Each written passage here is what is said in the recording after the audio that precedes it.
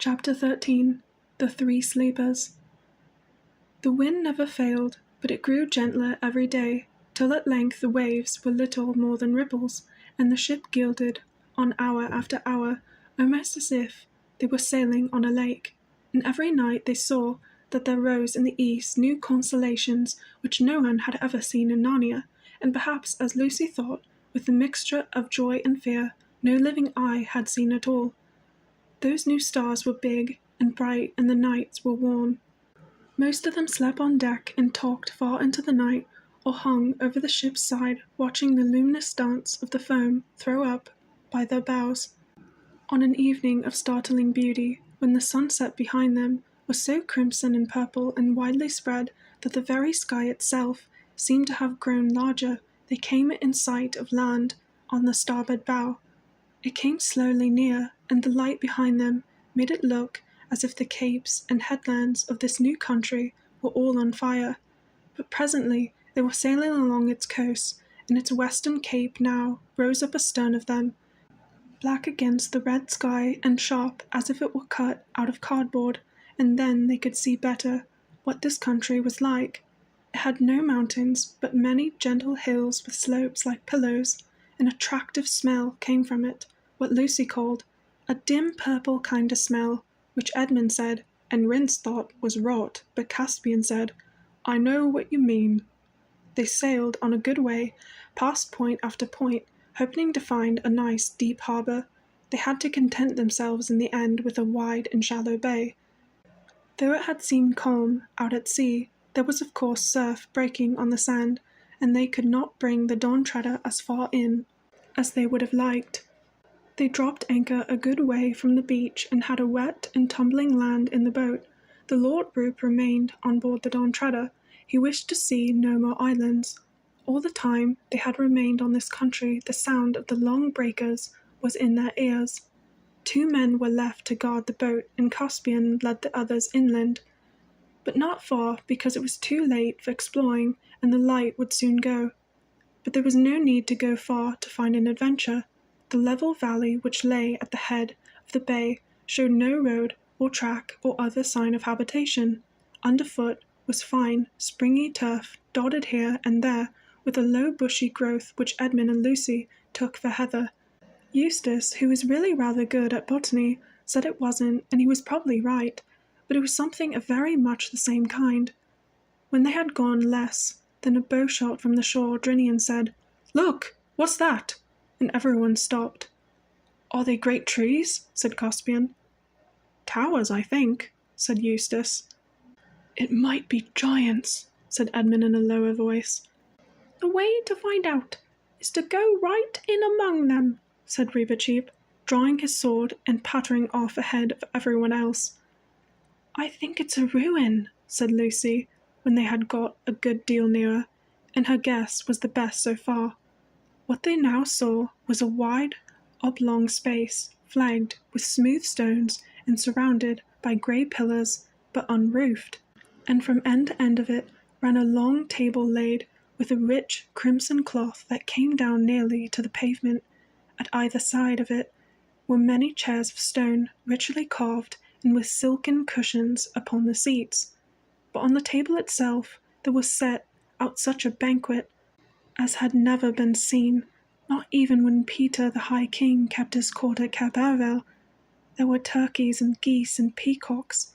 There were boars' heads and sides of venison. There were pies shaped like ships under full sail, or like dragons and elephants. There were ice puddings and bright lobsters and gleaming salmon. There were nuts and grapes, pineapples and peaches, pomegranates and melons and tomatoes. There were flagons of gold and silver and curiously wrought glass, and the smell of the fruit and the wine blew towards them like a promise of all happiness. "I say," said Lucy. They came near and near, all very quietly. "But where are the guests?" asked Eustace. "We can provide that, sir," said Rince. "Look," said Edmund sharply. They were actually within the pillars now, and standing on the pavement. Everyone looked where Edmund had pointed. The chairs were not all empty. At the head of the table, and in the two places beside it there was something, or possibly three somethings. "What are those?" asked Lucy in a whisper. "It looks like 3 beavers sitting on a table." "Or a huge bird's nest," said Edmund. "It looks more like a haystack to me," said Caspian. Reepicheep ran forward, jumped on a chair, and thence on the table, and ran along it, threading his way as nimbly as a dancer between jewelled cups and pyramids of fruit and ivory salt cellars. He ran right up to the mysterious grey mass at the end, peered, touched, and then called out, "These will not fight, I think." Everyone now came close and saw that what sat in those 3 chairs was 3 men, though hard to recognize as men till you look closely. Their hair, which was grey, had grown over their eyes till it almost concealed their faces, and their beards had grown over the table, climbing round and entwining plates and goblets as brambles entwined a fence, until, all mixed in one great mat of hair, they flowed over the edge and down the floor. And from their heads the hair hung over the backs of the chairs, so that they were wholly hidden. In fact, the 3 men were nearly all hair. "Dead?" said Caspian. "I think not, sire," said Reepicheep, lifting one of their hands out of its tangle of hair, in his 2 paws. "This one is warm, and his pulse beats." "This one too, and this," said Drinian. "Why, they're only asleep," said Eustace. "It's been a long sleep, though," said Edmund, "to let their hair grow like this." "It must be an enchanted sleep," said Lucy. "I felt the moment we landed on this island that was as full of magic. Oh! Do you think we have perhaps come here to break it?" "We can try," said Caspian, and began shaking the nearest of the 3 sleepers. For a moment everyone thought he was going to be successful, for the man breathed hard and muttered, "I'll go eastward no more, out of Voyage of Narnia." But he sank back almost all at once into a yet deeper sleep than before. That is, his heavy head sagged a few inches lower towards the table, and all efforts to rouse him again were useless. With the second, it was much the same. "Weren't born to live like animals. Get to the east while you've chance, stand before the sun," and sank down. And the third only said, "Master, please," and slept hard. "Out oars for Narnia, eh?" said Drinian. "Yes," said Caspian. "You're right, Drinian. I think our quest is at an end. Let's look at their rings. Yes, these are their devices. This is the Lord Revilian, this is the Lord Algros, and this the Lord Mavramon." "But we can't wake them," said Lucy. "What are we to do?" "Begging your Majesty's pardons, all," said Rince, "but why not fall to while you're discussing it? We don't see a dinner like this every day." "Not for your life," said Caspian. That's right," said several of the sailors. "Too much magic about here. The sooner we're back on board, the better." "Depend upon it," said Reepicheep, "it was from eating this food that these 3 lords came by a 7 years' sleep." "I wouldn't touch it to save my life," said Drinian. "The light's going uncommon quick," said Rhinelf. Back to ship, muttered the men.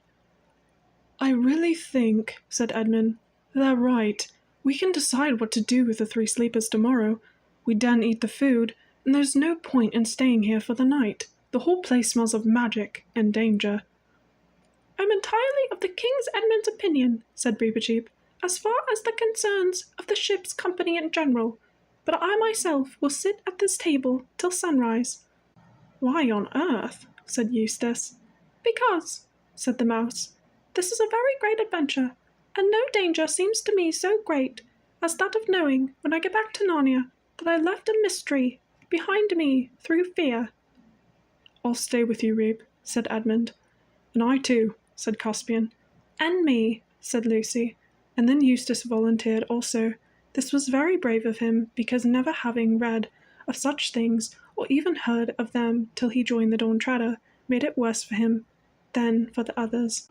"I beseech your Majesty," began Drinian. "No, my lord," said Caspian. "Your place is with the ship, and you have a day's work, while we 5 have idled. There was a lot of argument about this, but in the end Caspian had his way. As the crew marched off to the shore in the gathering dusk, none of the 5 watchers, except perhaps 𝔙𝔻𝔻, could avoid a cold feeling in the stomach. They took some time choosing their seats at the perilous table. Probably everyone had the same reason, but no one said it out loud, for it was really a rather nasty choice. One could hardly bear to sit all night next to those 3 terrible hairy objects, which, if not dead, were certainly not alive in an ordinary sense. On the other hand, to sit at the far end, so that you would see them less and less as the night grew darker, and wouldn't know if they were moving, and perhaps wouldn't see them at all, by about 2 o'clock. No, it was not to be thought of. So they sauntered round and round the table saying, "What about here?" and "Perhaps a bit further on," or "Why not on this side?" till at last they settled down somewhere about the middle, but near to the sleepers, then to the other end. It was about 10 by now and almost dark. Those strange new constellations burned in the east. Lucy would have liked it better if they had been the leopard and the ship and other old friends of the Narnian sky. They wrapped themselves in their sea cloaks and sat still and waited. At first there was some attempt at talk, but it didn't come to much, and they sat, and all the time they heard the waves breaking on the beach. After hours, it seemed like ages, there came a moment when they all knew they had been dozing a moment before, but were all suddenly wide awake. The stars were all in quite different positions from those they had last noticed. The sky was very black except for the faintest possible greyness in the east. They were cold, though thirsty and stiff, and none of them spoke, because now at last something was happening. Before them, beyond the pillars, there was a slope of a low hill, and now a door opened in the hillside, and light appeared in the doorway, and a figure came out, and the door shut behind it. The figure carried a light, and this light was really all that they could see distinctly. It came slowly nearer and nearer, till at last it stood right at the table opposite to them. Now they could see it, that it was a tall girl dressed in a single long garment of clear blue which left her arms bare. She was barehanded, and her yellow hair hung down her back, and when they looked at her, they thought they had never before known what beauty meant. The light which she had been carrying was a tall candle in a silver candlestick, which she now set upon the table. If there had been any wind off the sea earlier in the night, it must have died down by now, for the flame of the candle burned as straight and still, as if it were in a room, with the windows shut and the curtains drawn. Gold and silver on the table shone in its light. Lucy now noticed something lying lengthwise on the table which had escaped her attention before. It was a knife of stone, sharp as steel, and cruel-looking, ancient-looking thing. No one had yet spoken a word. Then 𝔙𝔻𝔻 first, and Caspian next. They all rose to their feet, because they felt that she was a great lady. "Travellers who have come from far to Aslan's table," said the girl. "Why do you not eat and drink?" "Madam," said Caspian, "we feared the food, because we thought it cast our friends into an enchanted sleep." "They have never tasted it," she said. "Please," said Lucy, "what happened to them?" 7 years ago," said the girl. "They came here in a ship whose sails were rags, and her timbers ready to fall apart. There were few others with them, sailors, and when they came to this table, one said, 'Here's the good place. Let us set sail and reef sail, and row no longer, but sit down and end our days in peace.' And the second said, 'No, let us embark and sail for Narnia in the west. It may be that Miraz is dead.' But the third, who was a very masterful man, leapt up and said, 'No, by heaven, we are men and Telmarans, not brutes. What should we do but seek adventure after adventure? We have not long to live in any event. Let us spread what is left in seeking the unpeopled world beyond the sunrise.' And as they quarrelled, he caught up the knife of stone which lies there on the table, and would have fought with his comrades. But it is a thing not right for him to touch, and as his fingers closed upon the hilt, deep sleep fell upon all 3. and till the enchantment is undone, they will never wake." "What is this knife of stone?" asked Eustace. "Do none of you know of it?" said the girl. I think," said Lucy, "I've seen something like it before. It was a knife like that the White Witch used when she killed Aslan on the stone table long ago." "It was the same," said the girl, "and it was brought here to be kept in honour while the world lasts." Edmund, who had been looking more and more uncomfortable for the last few minutes, now spoke. "Look here," he said, "I hope I'm not a coward about eating this food. I'm not sure, I don't mean to be rude, but we have a lot of queer adventures on this voyage of ours, and things aren't always what they seem. When I look in your face, I can't help believing all you say, but then that's just what might happen with a witch too. How are we to know you're a friend?"